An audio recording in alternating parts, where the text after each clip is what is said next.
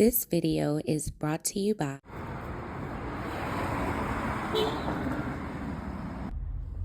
Cool Grain Clothing. We done gone worldwide and we coming straight out of Baltimore. Come on down, shop with us at 215 West Saratoga Street.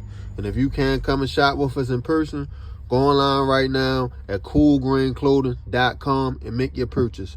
Oh yeah, and by the way, if you ain't cool and getting the green, you're in the way, and that's just basic. What's going on, YouTube, fam? It's your boy Tony 2 times, and we back with another episode of the Baltimore Way, man. Before I start, be sure to tap that like button. Definitely watch this video to the end. They hear the full story and all the details in the case. For my day one fam, y'all already know it's all love. Thanks for tuning back into another episode. If you're new to the channel and you feeling the content, feel free to subscribe.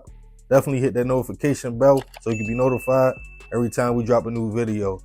Oh yeah, feel free to share the channel with your peoples. Everybody is welcome. Before I get into the story, everything in this video is alleged. With that being said, let's get right into it.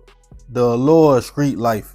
Whether you are trapping, robbing, scamming, once most people find a way to get that fast dollar within minutes without doing that much work, for some, it's hard to go back to just a regular 9 to 5 or struggling to make ends meet. If you have ever been in the streets, even for just a brief time, and sold something, then you understand that feeling of instant gratification. The thrill, counting the money when you are finished, and for some, that turns into a lifestyle. Everybody that calls themselves a street dude or a trapper always think to themselves, in their mind, they have the game figured out. They know the rules, do's and don'ts, who to trust, who is a stick-up boy, who is time out or the police, and who is not. But if you ever really been in that field, then you know for a fact that's not the case.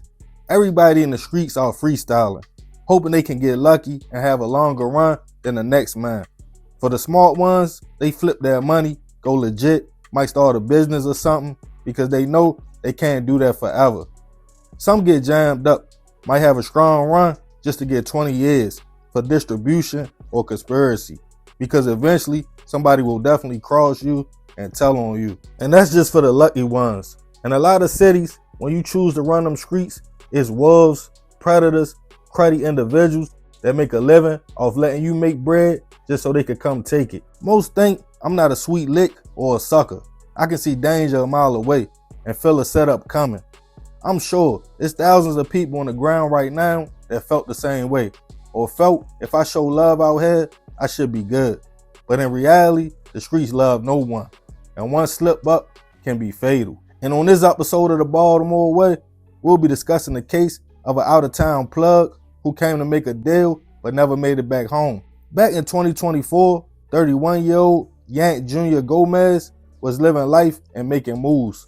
Not much is known about the man, other than the fact he was from Harlem, New York, and sometimes would slide down to Maryland, Baltimore, and the surrounding areas to make connections and network. See, Yank was in the drug game, and some say he was definitely plugged in and could get product for cheap from up top, bringing them low prices to cities with high demand. That would make him stand out. With the cheaper product, he could double up and slide back and re-up and do it all over again. That's what some would call a plug. A man who could get his hands on weight and feed the streets, as it's all about supply and demand. Somewhere in the mix, he would meet a 45-year-old man from Baltimore named Dante Fitzgerald, and the two would discuss business and making some plays together.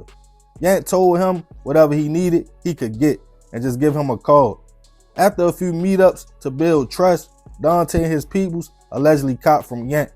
Now comfortable with each other, it seemed all would be well, it would be love, and they could do business together and make money.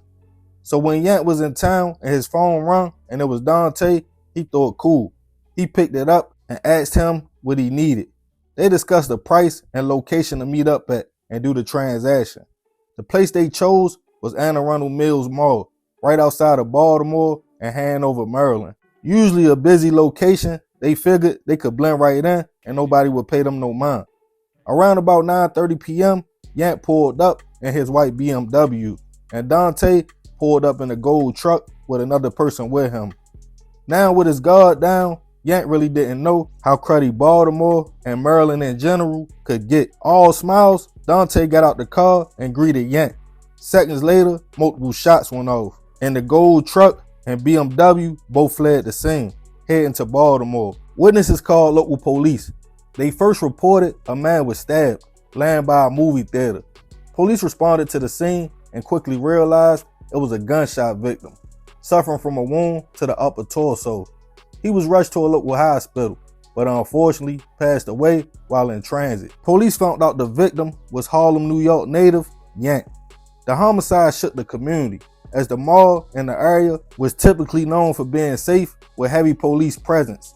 Everyone spoke out on how they couldn't believe someone would do that and be that bold to take a life at a busy mall. The mall itself released a statement assuring the community everybody was safe and it was an isolated incident, but police were still piecing together what exactly happened.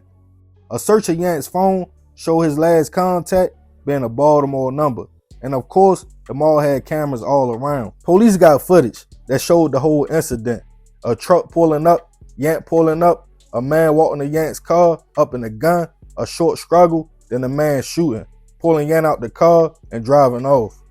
Police used tag reader technology to track the direction where the car was heading, and they figured out it was going to Baltimore. With phone records and messages, they soon realized it was a drug deal gone bad. One of Yank's peoples told police he told him he was going to meet up with somebody from Baltimore named Dante.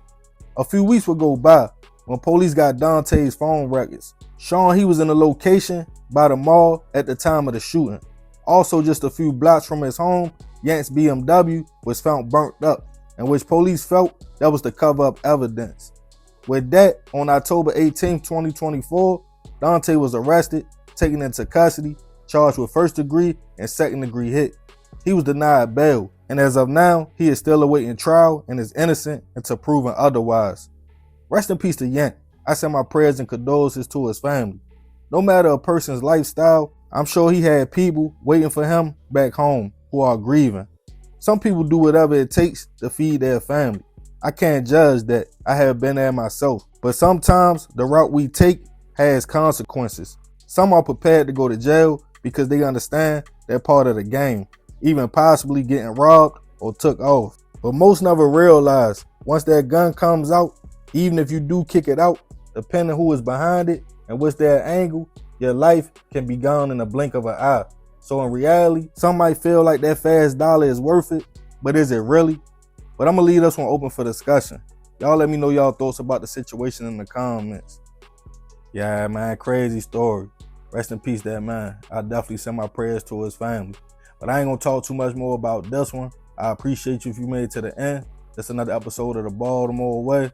It's your boy Tony 2 times. Love, fam. I'm out.